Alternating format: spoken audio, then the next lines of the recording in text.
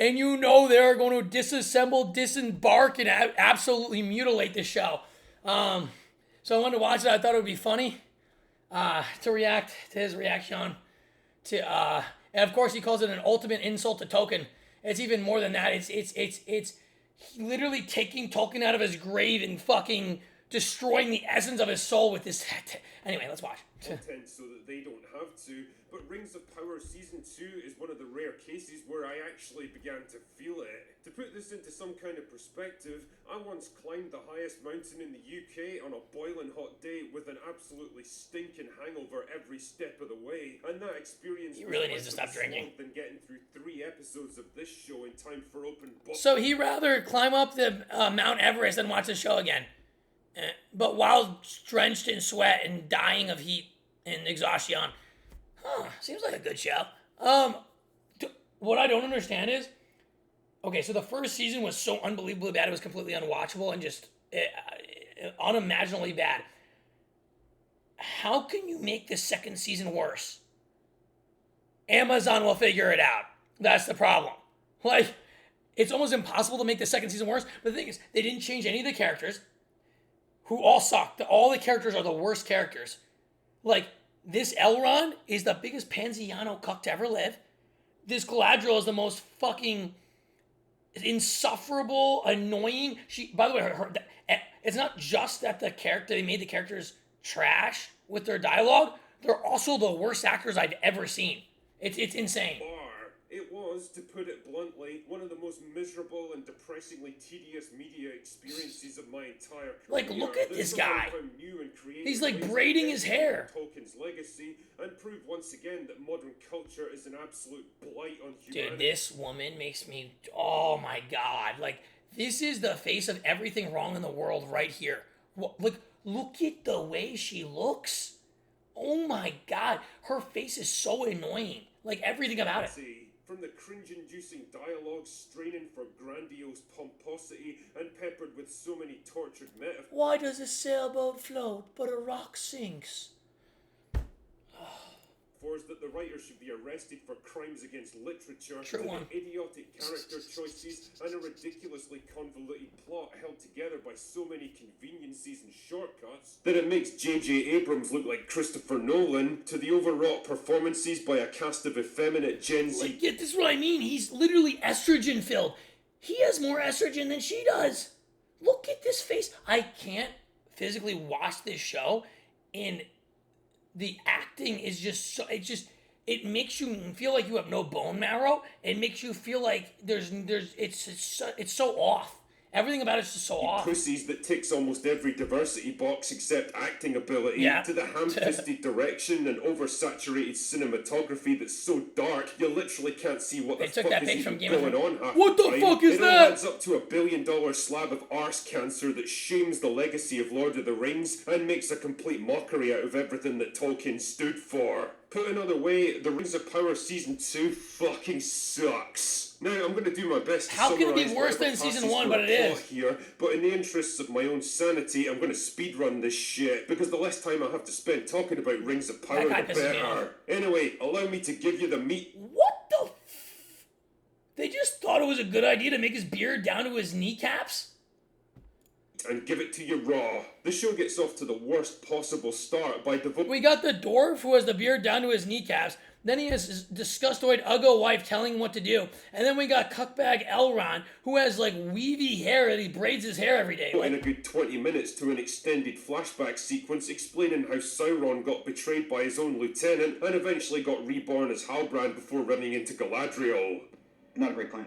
Why are you wasting all this time by telling us stuff that we already know? Do you guys even understand what storytelling is? No. Or is this whole thing just an amusing little side project for you? Also, I love the idea that Sauron, a godlike being of unimaginable power and influence, commanding armies numbering in the hundreds of thousands... Lord of the Rings, the actual Lord of the Rings, legendary! I might just go back and watch regular Lord of the Rings. The sheer force of his will is reduced to this dork in a shitty wig trying to argue with a couple of dozen orcs in a cave somewhere. For a show that cost $1 billion, Rings of Power somehow manages to make everything that should be grand and epic feel small and cheap. I mean, isn't that insane? It cost $1 billion and it's one of the worst shows of all time, if not the...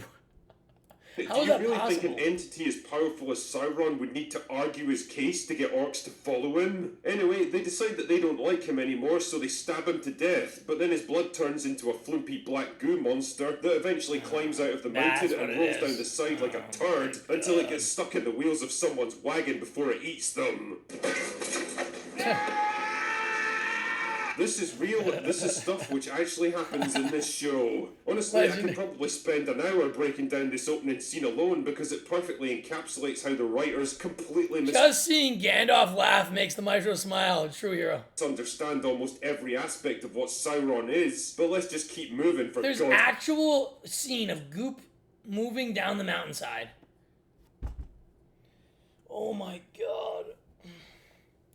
sake. So eventually we get back to the present day where Sauron allows himself to get captured in Mordor and brought before Adar, who for some reason doesn't recognize him or sense his power, and manages to convince the guy to release him by using the following gambits. Sauron is alive again, and I know you want him dead, even though I totally shouldn't know that because you betrayed him hundreds of years before I should have been born, but don't think about that too much. And I don't actually know where he is or what he looks like now, but the important thing is that he's totally not me. And if you let me go, then I can go to the Elves and maybe find out where he is and then report back to you, so that you can march your not particularly strong armies halfway across Middle-earth to the most heavily defended stronghold in the entire world and possibly take him out. And I'll totally do all of that and not just disappear and never come back. Trust me, bro. And the amazing thing is, it actually works. Son of a... So he teleports over to Celebrimbor and says that it's ringing time, buddy. And even though Celebrimbor has been specifically warned never to deal with him again, Sauron transforms into Critical Drinker does such a good job. To a fire demon angel thing, and he's like, don't worry man, I've been sent from heaven to help you out. Trust me, bro. So Celebrimbor's like, sure, okay, I'm convinced. Meanwhile, Elrond steals the 3 elven rings that have already been made and decides to destroy them. I don't understand. Galadriel literally knew he was Sauron in the last season, yet doesn't tell anybody and lets him do whatever he wants.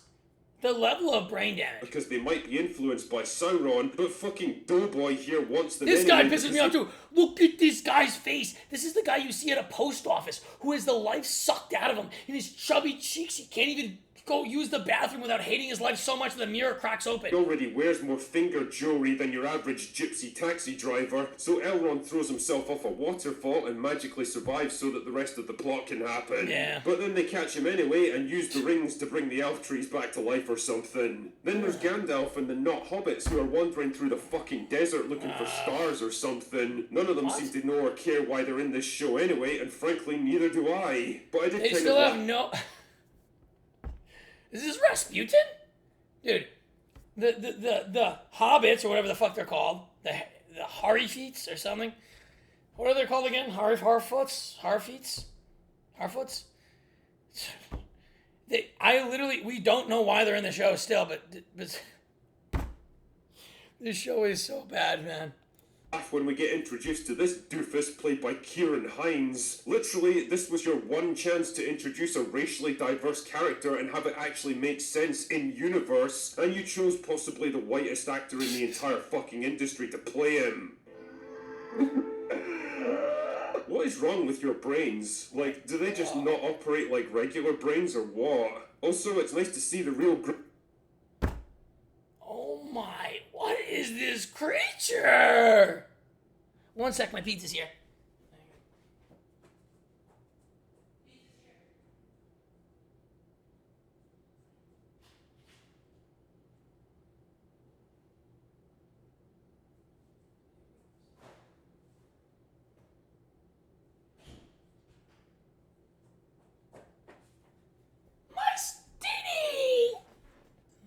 Grim Shady make a comeback because those guys totally weren't a laughingstock from the first season. Oh yeah, and Isildur is alive again because wow, it turns out that baiting the death of a major character that we know can't die yet wasn't the best way of sustaining.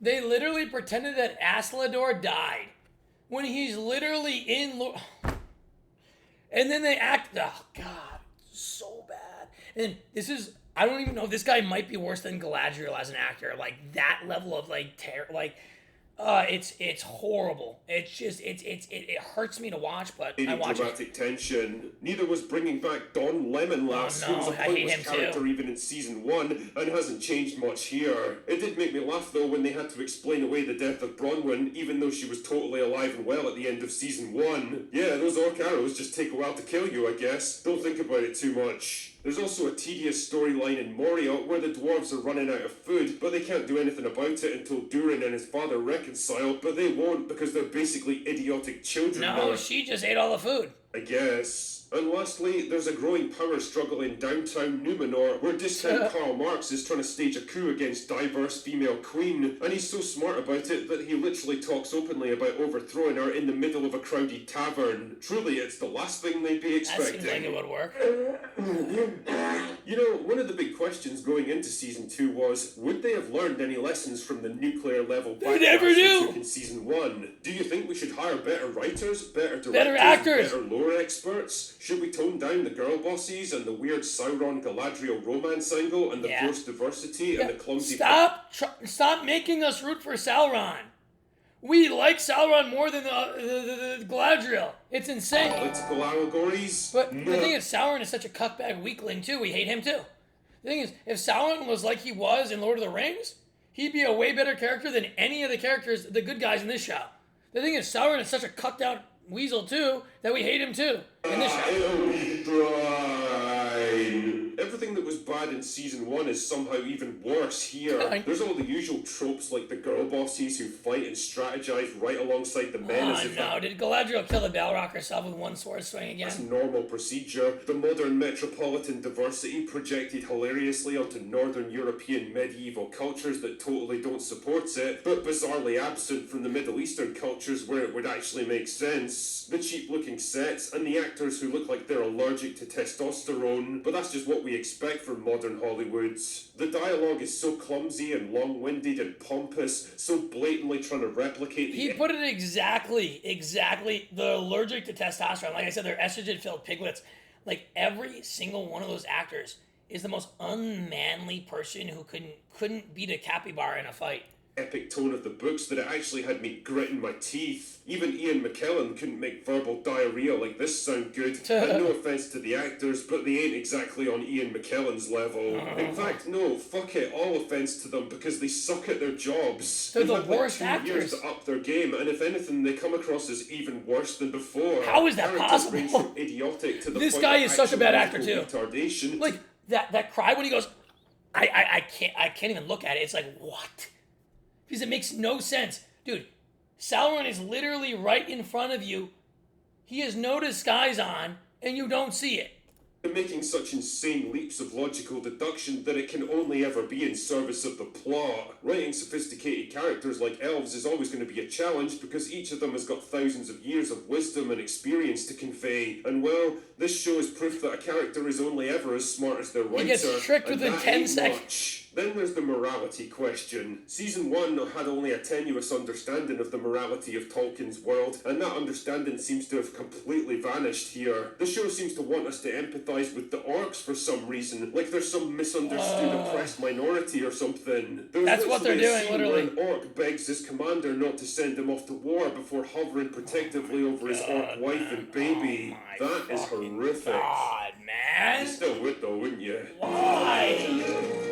I mean, do you not understand that orcs are not individuals in the sense that humans are? They're a force of nature. They're a blunt instrument to be wielded by evil. They don't care if they charge into battle and get slaughtered by the hundreds. They exist only for war. Dude, they actually showed an Uggo orc wife with the Uggo orc kid and tried to make us feel bad for the orcs when the orcs are literally going across as a war machine slaughtering everyone. It's like insane. And they never learn their lesson. Like... Or, in the Two Towers, they get spawned into existence, have a helmet slapped onto their head and a sword thrust into their hand, and their first question is literally, what do you want me to kill and destroy? They don't have private lives, and you can't make me empathise with them. They are monsters. At this point, Tolken must be spinning in his grave so fast that you could hook him up to a dynamo and power the entire national grid with him. This show is quite simply an abomination, a ruined, corrupted form of entertainment, twisted and mutilated, lost beyond all hope of redemption. And if Amazon had any common sense whatsoever, they would cast it into the fire, destroy it before it consumes us all. Anyway, that's all I've got for today, thank fuck. Wow. And now I'm about to watch every episode. Great. This is gonna go well. Dude. It really is like unbelievable. They didn't hire any new actors. Well, and every single one of those actors is the literal worst I've ever seen. Everyone makes me hate them so much besides the redheaded dwarf. He's the only one who I don't completely despise. But even he's not good. He's mediocre. But he's not as terrible. But the thing is, these actors are so bad. The script is obviously just so bad. The plot makes no sense. It makes no sense. Like, the things that happen.